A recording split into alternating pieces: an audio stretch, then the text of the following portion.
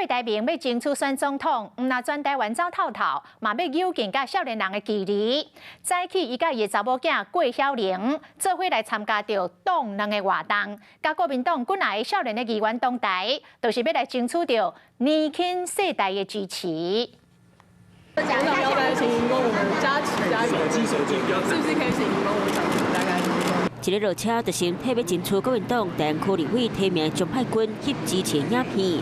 鸿海集团创办人郭台铭有查某囝郭晓玲的陪同，就会来参加领党两组的议题活动。0到6岁国家呀，关心台湾有这么优秀的女性，她们除了要拼事业，她自己的 career 以外，她怎么样能够做自己的选择啊？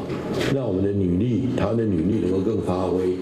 游淑慧议员、刘彩薇议员啊，蔡尚业主持，蔡尚华。虽然无说你见唔到主持人的名字，不过赶快当感受到过党的什么诱惑和少年人的决心。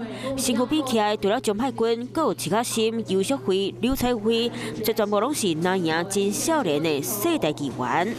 兼顾家庭，又希望有自己的小孩，又希望有在自己的事业高峰的时候，不要突然就像我女儿一样，突然就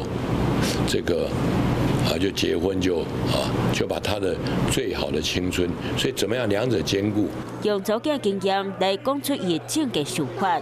也毋过前一天，齐卡心公开和郭台铭食饭时单位录音档，伊的操作嘛引起大家讨论。主持媒体前黄光芹就质疑齐卡心爱压了不得手段，这偷录音行为可能是违法。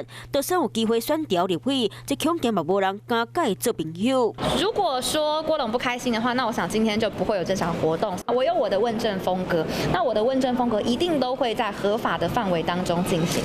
为了伫咧国民党总统大选拼出战，想要争取党内支持，嘛要面前差的话题。